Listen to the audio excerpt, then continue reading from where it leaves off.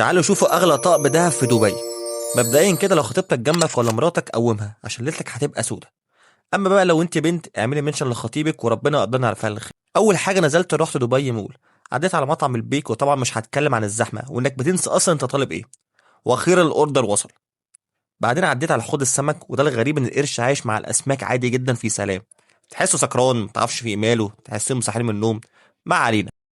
نبدأ أول حاجة بقى ببراند سارتورو.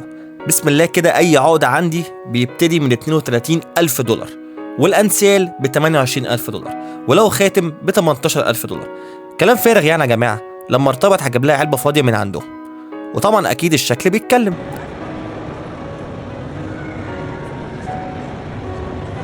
بعدين رحت سوق الذهب. شكل الشارع لوحده أصلا يحببك في الذهب حتى لو أنت راجل ومش شغلك، ما بالك بقى الستات. ما علينا.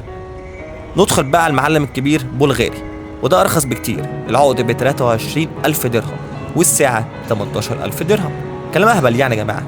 اعملي منشن في أول الكومنتات، وأول منشن طلع راجل ولا ست هو ده اللي هجيبهولك. سلام.